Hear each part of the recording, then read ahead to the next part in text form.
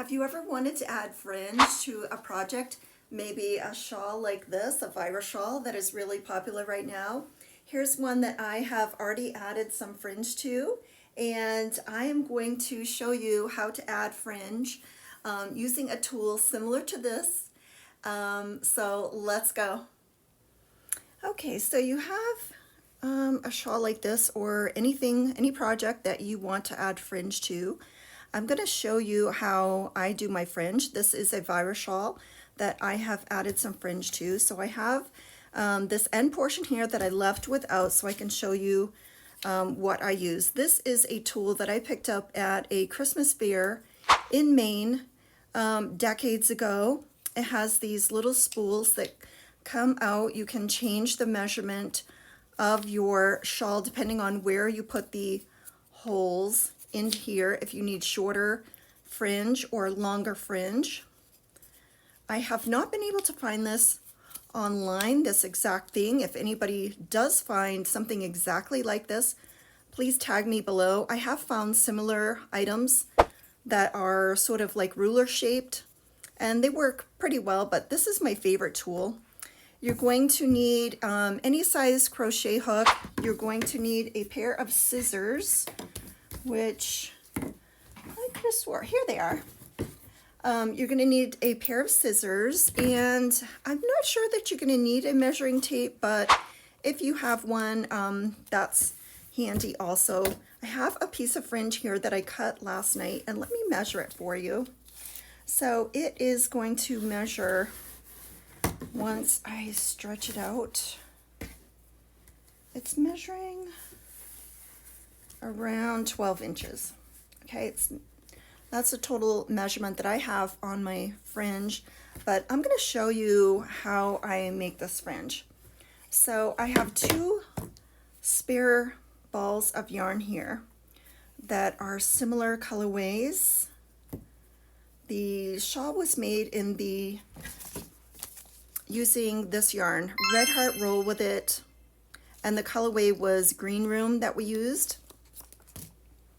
So I have two similar yarns. One is the actual Green Room from the shawl, and then another one is remnants from another ball that was similar. So what I have done is I've put it on my longest peg hole right here, which measures around 6 inches.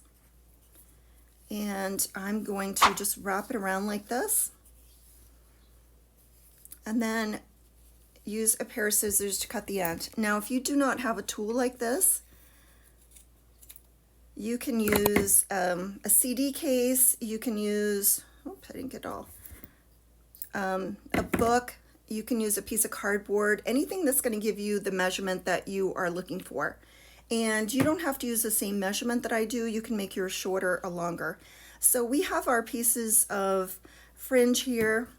This is our spare yarn. We can get rid of our tape measures. So I have my end piece that I left without fringe so I could show you.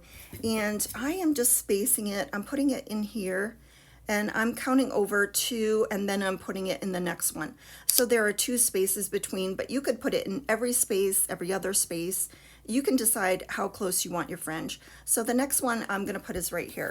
So what I like to do is grab 4 of these, and you can do 2, you can do 6, you can do as many strands of these as you want, but I'm doing 4. And so what I like to do is put them in your hand and sort of line them up right here. And then you're going to sort of fold it in half, and you're going to insert your crochet hook in the hole that you want it in. Grab your fringe and just pull it through. All right, so the loop is here, and then you're going to stick your finger in there. And I like to, this is a trick that I do, I line them all up so they're just about even. All the tops are lined up and I have all of them.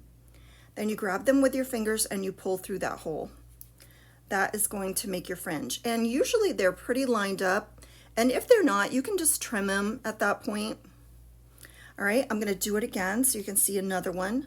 So I grab my pieces of yarn, I'm doing 4. Again, you can do 2, you can do 6, you can do as many as you want, 5, it doesn't matter, to get the fullness that you want in your fringe.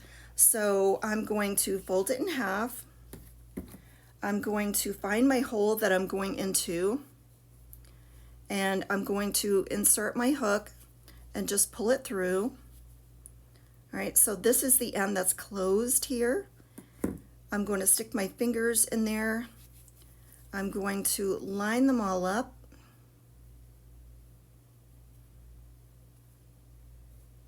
And make sure you have all of them. Sometimes one will fall like down here, and just grab them and pull them through and tighten that. And usually, like I said, they're even enough so that I don't have to trim every single one. Okay. So I hope that has helped you to know how to do fringe. Again, you don't need this exact tool. You can buy something similar, or you can make your own using cardboard, a book, a folder, a CD case, anything that will give you the measurement across that you want. And usually this measurement is half. So this will make your fringe come out like this. Is that understandable? All right, I hope this helps. If you have liked any part of this tutorial, if you have enjoyed my videos, please hit that like and subscribe button so I can grow my channel.